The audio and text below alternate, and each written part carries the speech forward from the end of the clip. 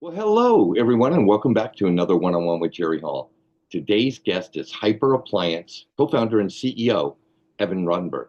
Now, I met Evan when I was being interviewed for my position at Hypercycle. He was working closely with Tufi Saliba at that time, and since that moment we met in August of 2023, we've had a lot of time working with each other. I have a lot of respect for Evan. I consider Evan a friend, and he's a very valuable colleague. This conversation is going to dive a little bit into his personal life, but we're going to also get to the journey of financial literacy, Web3 products, and most importantly, what led him to AI, Hypercycle, and of course, his seat as the CEO of HyperAppliance. I hope you enjoyed this interview. Stay around to the end.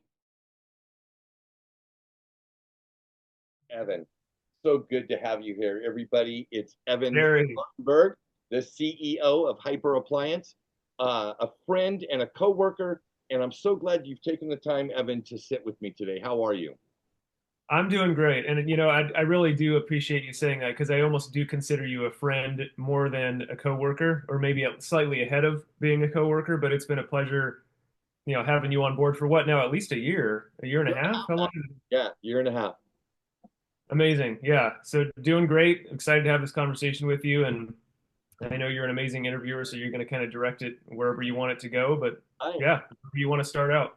So in the introduction leading into this, I told the folks that you were the one actually responsible for hiring me once Nick Black proposed me to the Hypercycle team, and it's been a great journey. And so one of the things I always thought was really interesting as I give myself my time to projects or people, Yeah.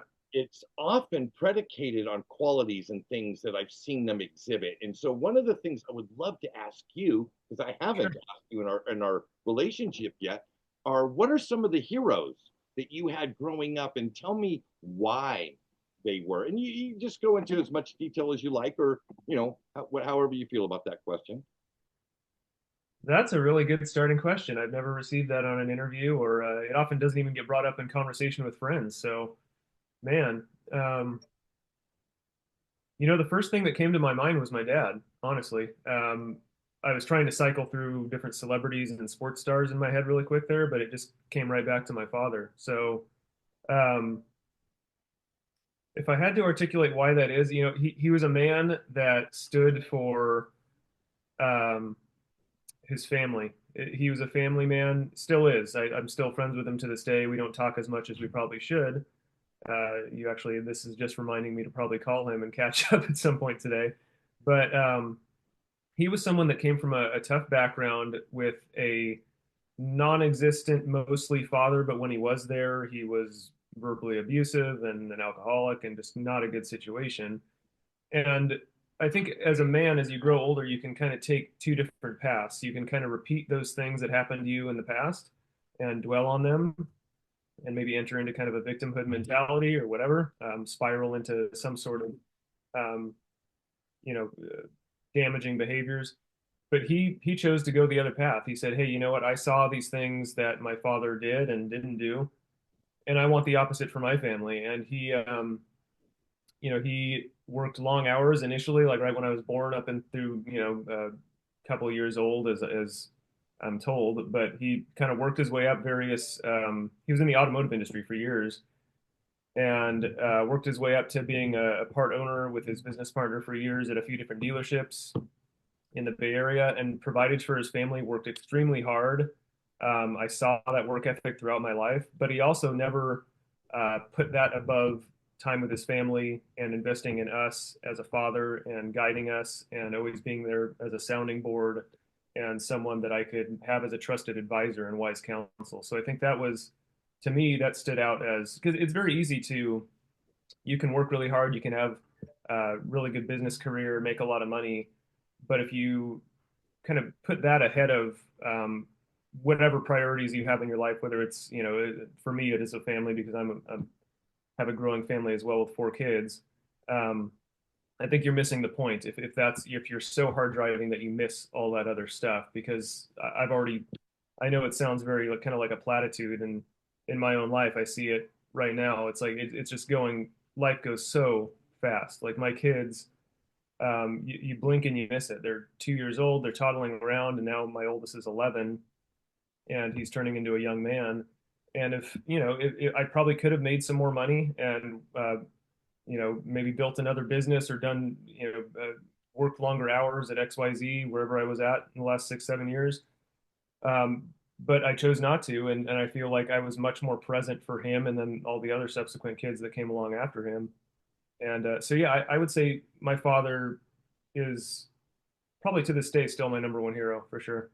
Oh, that's totally cool. And I'll tell you, as a father, that is the most incredible, heartwarming compliment I think any man can get is when his protege, his offspring, look up to him with respect, love, admiration, not because they were told to, but Right. because they just saw in him the best of what we can be, right?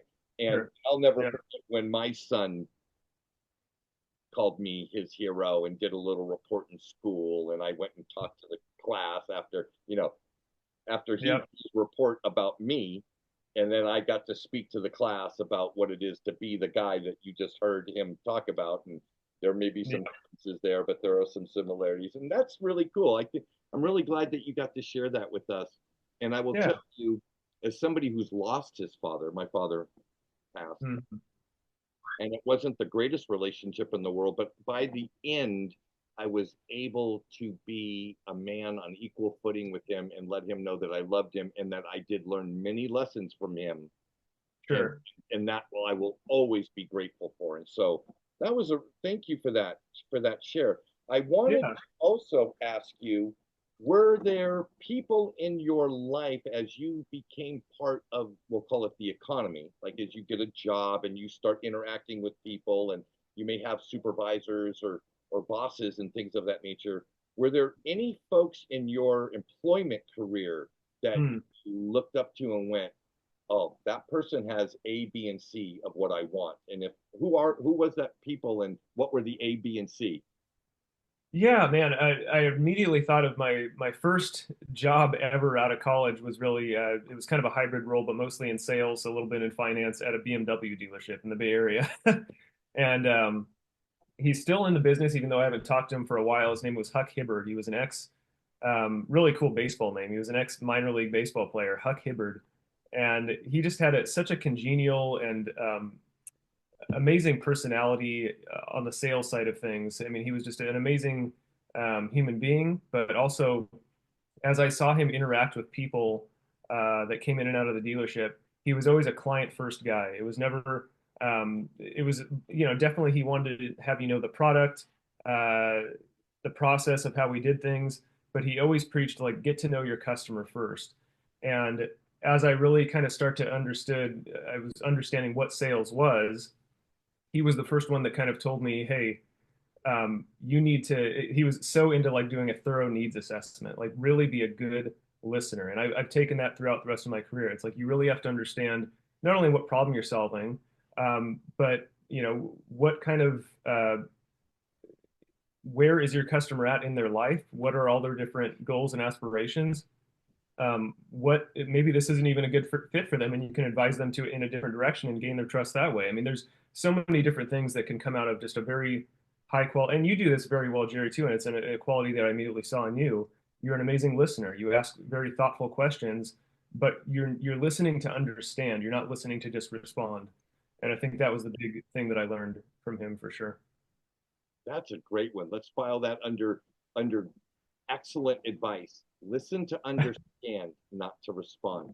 I think that would be Yeah, a tool that we could all practice a little more and get a little better at because it has so many incredible benefits. All for right, sure. those were two really great questions, and I'm really glad that I got to answer them because I would have not.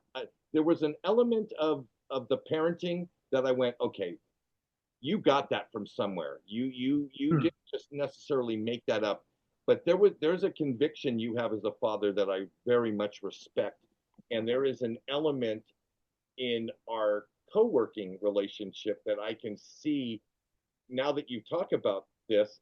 and Mr. Hibbert in your past, I could see the direct correlation because I've seen you facilitate meetings, run businesses, and you do listen. You really do listen and you think. And that is a great quality of a leader. And it's one of the reasons why I like to follow you. And so I'm proud I to work appreciate with that. you and work underneath you. Let's transition a little bit because one of the reasons that we came together is because we both seem to, coming from different places, find ourselves in this Web3 world. And Yes, clearly, that was not the world we were born into. correct. I'd Yeah. love to hear that journey. How does a small town boy find this great world of technology?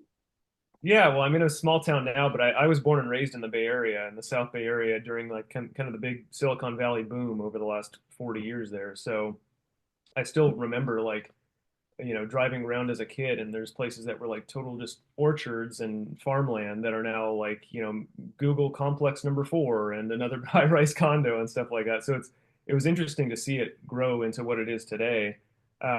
So I think that was always growing up, technology was always in the back of my mind. I mean, we were one of the first families that I knew to have like an iMac, and I was always playing around with kind of the latest tech that was coming out of the valley and was interested in it. I never had like a really super technical background, even though I probably now I regret like not learning coding earlier and stuff like that. But um, now I'm out in a small town. But when I was growing up, yeah, it was very much it was pervasive. It was part of the culture of where I grew up.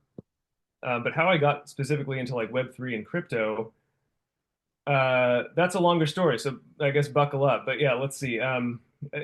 If I had to like put it into like, okay, what was the genesis of it? There was a few.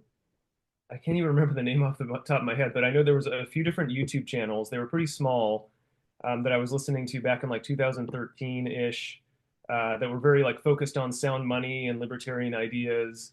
And I was just fascinated by this concept of a decentralized deflationary money with self custody, that was kind of an idea directly opposing the current traditional fiat systems and this kind of debt and death paradigm that we found ourselves in as a country. And I think I just loved how portable it was, how it was digital, how it was not easily hacked. I liked how its monetary policy, and we've talked about Austrian economics, like it kind of mirrored that Austrian economics model and had a fixed supply of 21 million coins. Um, and so I just learned as much as I could about it and loved it. I was enthralled with it. I remember seeing the Mount Gox crash. I don't know if you remember reading or seeing that. That was crazy. And I was like, oh man, maybe this thing isn't, I didn't know enough at the time, but I thought, oh man, maybe this was just a flash in the pan. It'll be gone after that. But I mean, we're talking 2 days after it hit 100 grand, which is crazy. And it's like, now it's bopped back down and back up again. But to see it where it is from now, 2013 seems like it was a different epic of time. Like technology happened so fast that that feels like it was 30 years ago. But yeah, I guess okay. So like from there, I did become a little bit more disillusioned by kind of its limitations as a medium of exchange and its seeming inability to kind of scale beyond digital gold. Even though that's an amazing use case, obviously it's turned out fantastic for it. Um, but I think it did kind of miss its potential for um, programmable smart contracts, and uh, even though I know people are working on that with layer 2 stuff, but it kind of led to my exploration of alternative blockchains, I guess. So from there, let's see. That's probably right around the time I started looking into Ethereum, which was like 2016-ish, something like that. And seeing that's kind of that introduction that it had to smart contracts and how it kind of opened up this whole new realm and possibilities for decentralized applications. I kind of felt it bridged that gap between decentralization and utility, but also saw the challenges it had with scalability and ridiculously high transaction or gas costs, which still kind of persist to this day, even though it's switched to proof of stake. So by 2017, I was kind of watching more. I wasn't speculating or jumping right in. But I was watching that first wave of like ICOs, which was crazy. And I remember like I think the first kind of NFT-ish project, it was like Crypto Kitties or whatever. I remember seeing that pop up, and it was definitely kind of trying to showcase its smart contract utility. But didn't use it as much and thought like it also kind of definitely had some holes. But then yeah, I remember seeing who you've met him a few times, and I still haven't, even though we've been to the same conferences. Good old Charles Hoskinson. I remember seeing him do that just iconic whiteboard video. I think it was in like 2017 or something like that, and how I was just so drawn to his focus on really solving this typical blockchain trilemma, that balancing that decentralization, security, and scalability, and putting it all together. And I was really just kind of even though like sometimes people say, oh, it's not the sexiest network and stuff, I didn't really care. I was just so impressed by its like rigorous scientific peer reviewed approach and commitment to kind of layered blockchain architecture, and um, the Ouroboros protocol that it created, which was, to me, I think it's still the most secure proof of stake protocol out there. So I was kind of really active. This is all going somewhere, don't worry. But I was really active in its growth phases early on, and just loved the idea. Still do. I still think it's pretty much the best layer one blockchain out there. And then post COVID, COVID hit. I really kind of started diving into AI and reading some of the early works by Dr. Ben Goertzel. I was really inspired by his vision of this kind of what could be, what might be this like post-capitalist society where AI agents interoperate and drive economic interactions. I thought that was like fascinating. I was like, oh man, I thought AI was just going to kind of help humans solve certain tasks and stuff, but like, oh, what if there's this whole other economy where they actually interact um, more than us interacting with them? So that idea of autonomous AI systems operating collaboratively and kind of reducing that human friction that's inherent to our nature within economic processes, I thought that was really cool. So I took a leap and just flew out to Colorado in, let's see, that would be, I've been with Hypercycle like around 2 years now. So I think it was like October of 2022. And I saw a keynote from our beloved leader, Tufi Saliba, about Hypercycle. He was pitching it at a Cardano event first because I think, because of his relationship with Ben and they were tied in with Cardano. He was pitching it for the first time at this conference, and kind of talked about this decentralized infrastructure for AI economies. And I was just blown away. I mean, it was only like, I think he was having passport issues and wasn't able to make it live. So it was just on like a Zoom video that kept coming in and out. And it was only like a 5 minute spiel, but you know how he is. And he's very charismatic. And um, he just laid out what he was trying to build. And I'm like, oh my gosh, that's amazing. And at the same conference, I got to meet Dr. Ben, which sparked deeper interest in AI, especially the interoperability side and kind of economic frameworks for these AI agents. And yeah, and then so like I pretty much called Tufi right after the when I got back home. I got on a Zoom call with him, and I was like, hey, I just want to help you build this. Like I'll work for free for a little bit if I have to, whatever. I just kind of want to be involved. And he kind of was gracious enough to let me lead our whole business development efforts early on. And it was a smash hit success. Obviously, we had an amazing token launch in whatever that was, like May of 2023, and that led to our initial business development efforts, and we sold hundreds of thousands of node licenses and started to enable this robust decentralized AI compute network.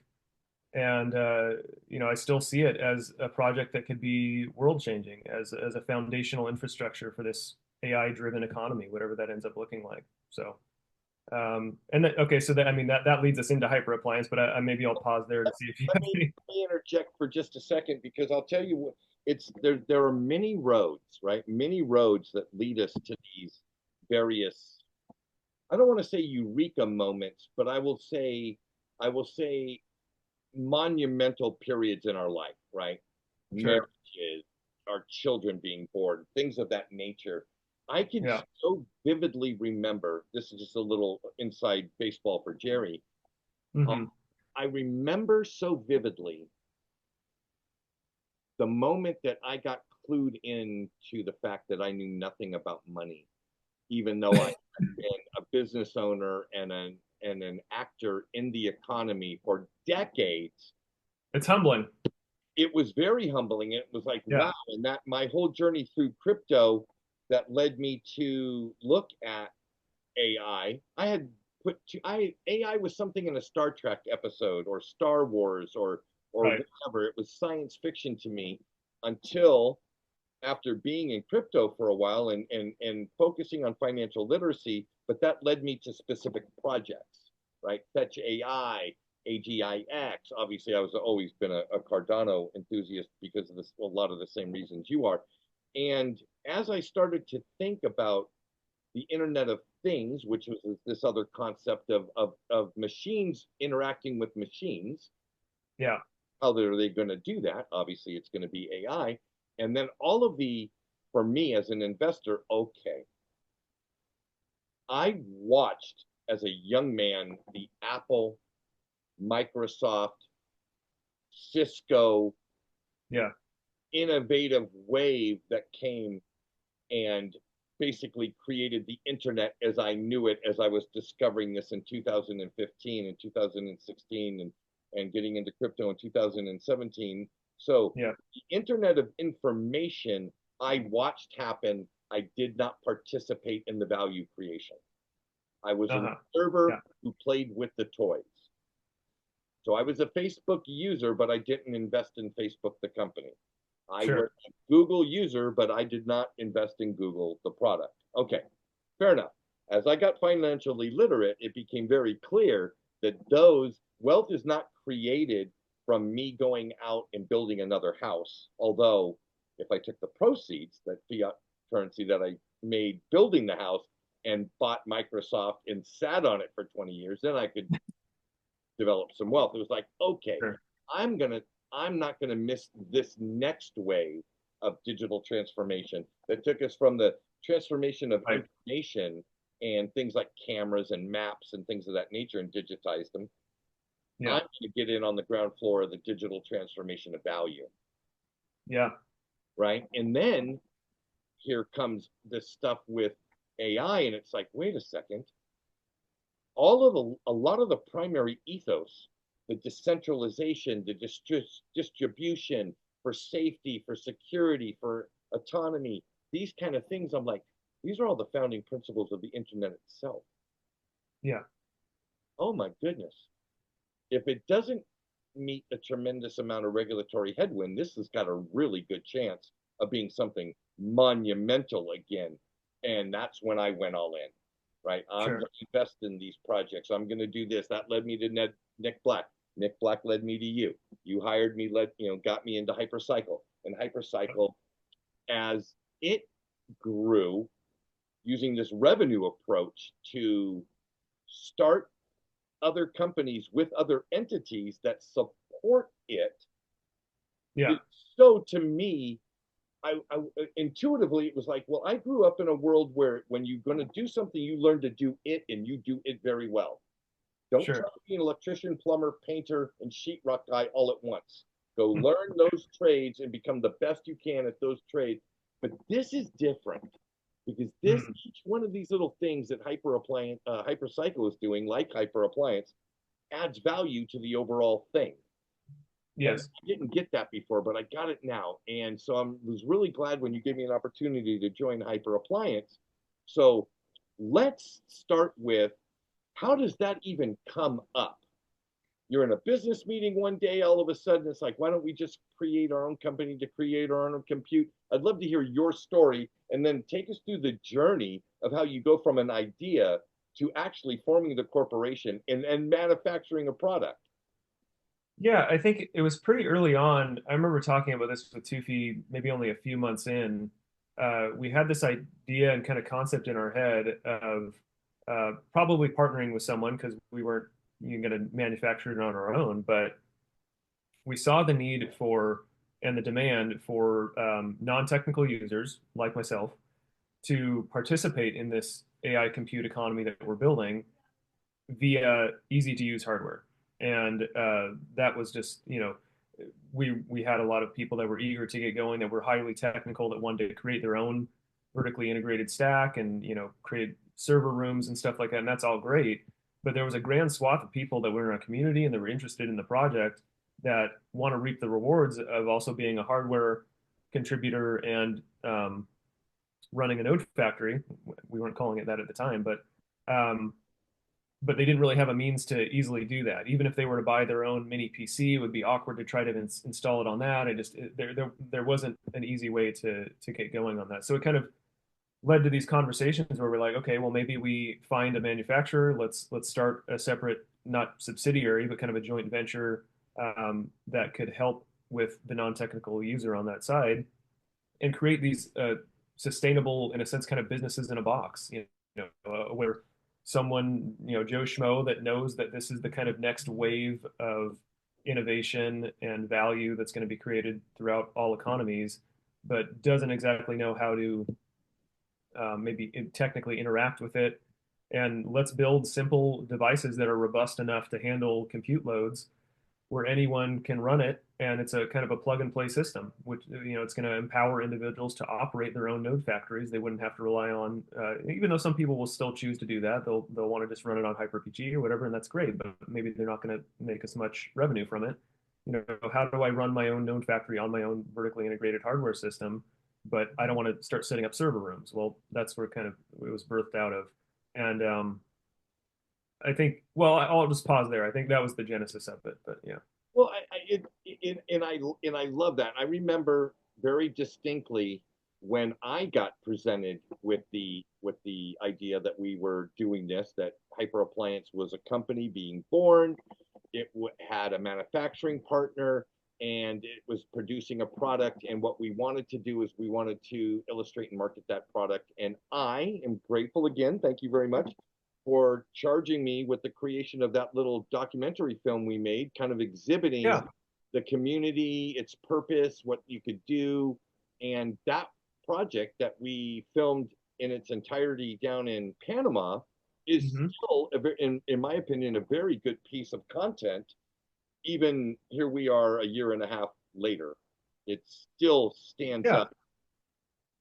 Well, And and I think because everything is so community driven, like even just the community driven feedback loop that we have right now is leading to significant design improvements for what we're calling the H3. And so, yeah, it's really had to start. I mean, we haven't done any marketing to the retail audience at all. And I mean, we've already seen the massive demand within our own community, but I got to imagine it's just as high out in the general public, people that just don't know where to start. They know that AI compute is the next big wave of value creation. But other than speculating on random stocks, how the heck do I get involved? And this is one big way to do that. So, it's interesting that you say that, because never forget this. My very first interview with Raoul Powell. oh yeah, that's right. I forgot you interviewed him. That's I was cool. asking him about how does he make his like investment decisions, and he Yeah, says, I don't think of them as investment decisions. It's how I'm expressing my view of the future. that's great. And I just kind of did this like, Yeah, oh, so when you invest in something, it's because it is part of the story that you see unfolding as the future presents itself. Oh, yeah. okay. And so here I am getting involved with Hypercycle, August 2022, and Hmm. going full steam ahead. And I quickly developed this thesis of how I see the future rolling out, and it's that compute is going to be the monster by a long shot, the commodity of the future, right? Right. That beautiful recipe of electricity going through hardware, powering software, creating value. That is it. And what are the drivers of it are going to be robotics, artificial intelligence, right? Yep. Internet of Things, all these like siloed things that or at least I thought of as categories. I'm seeing Sure. all now as just one part, one chapter in the story of compute. And hyper appliance gives the ability to provide compute, which is, I believe, going to be the most in demand commodity in the world. Yep.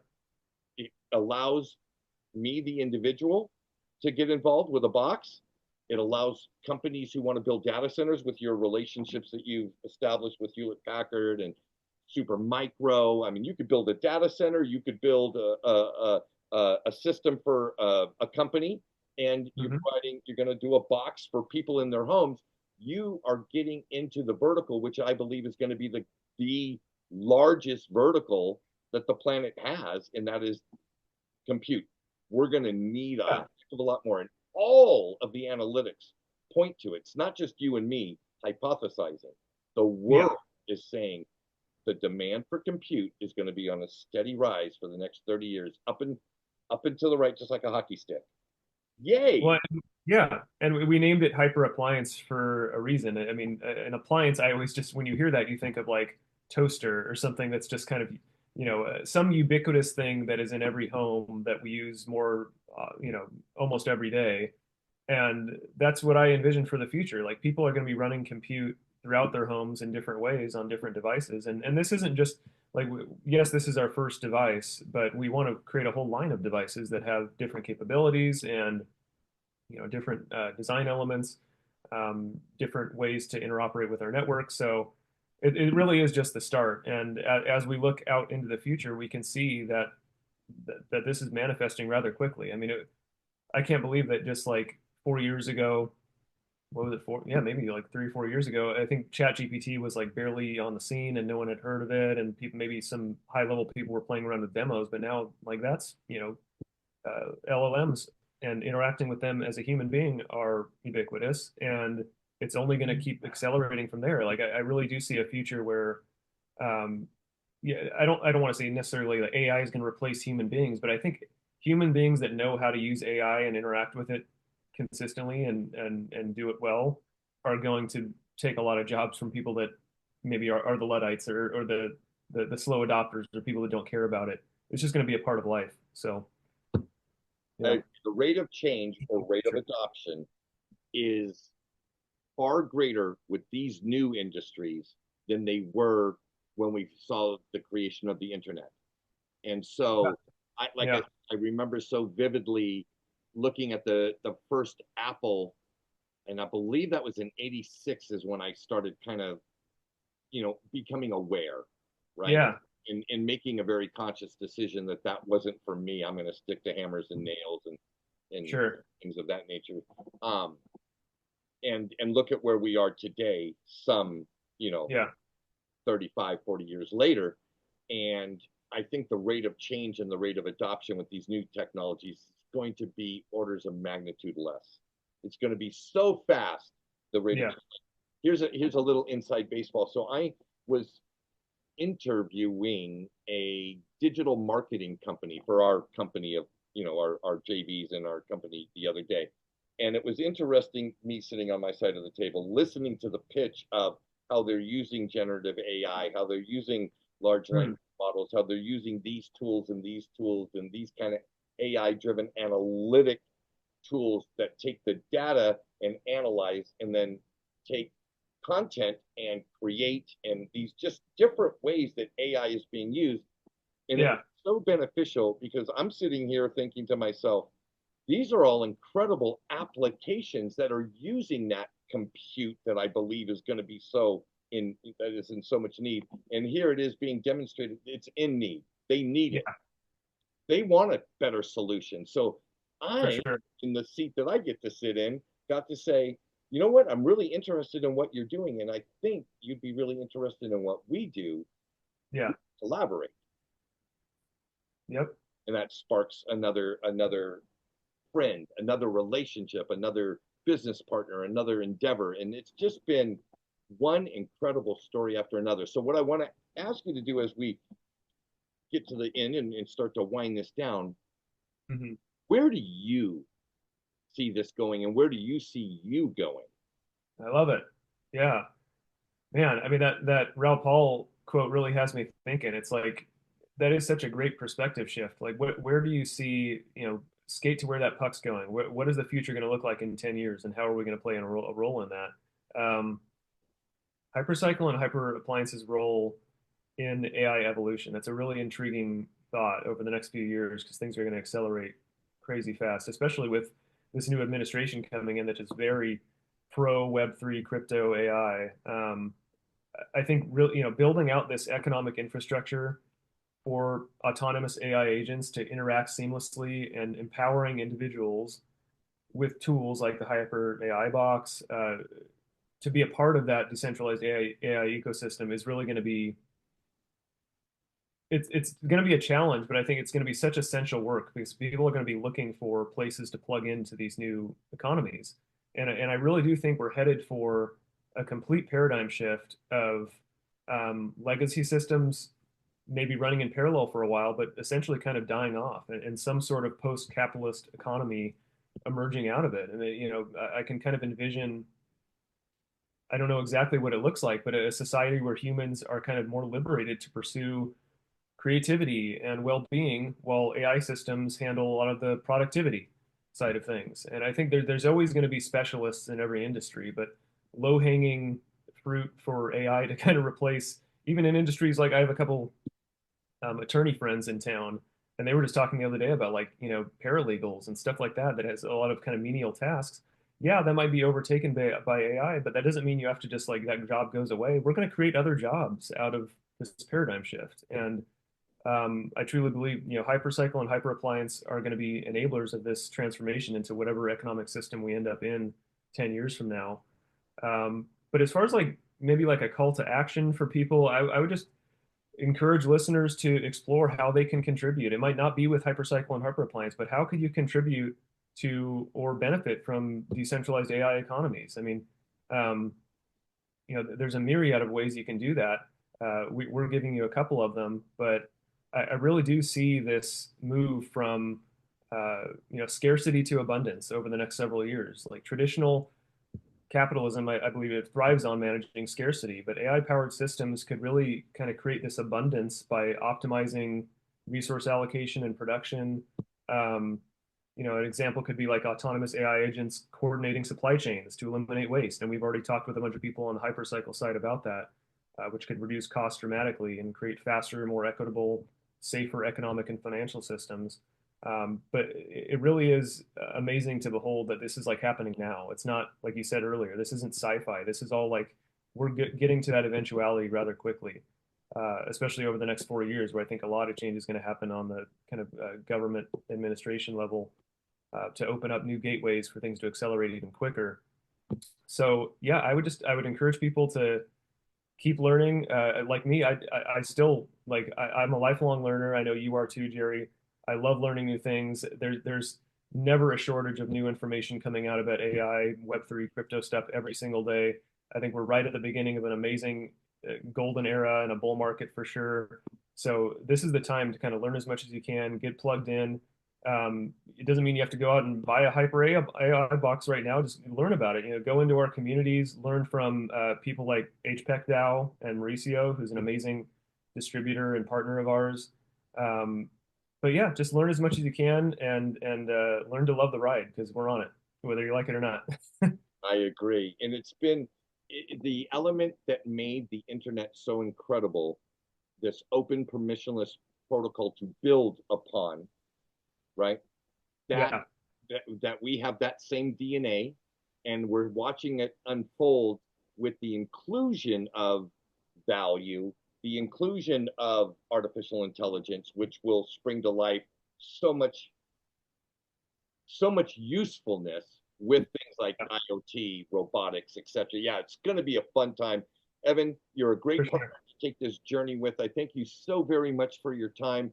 We're going to put your info in the description of this video for all that want to follow you on your various socials. That'd What be great. and Yeah, from wherever Evan is and where I'm at, we want to wish you both an incredible day and whatever time of the season it is that you're watching this. Know that the future is brighter tomorrow than it is today. Good things are coming ahead. that's right. Thanks, Jerry. All Appreciate right. it, brother. Bye, everyone.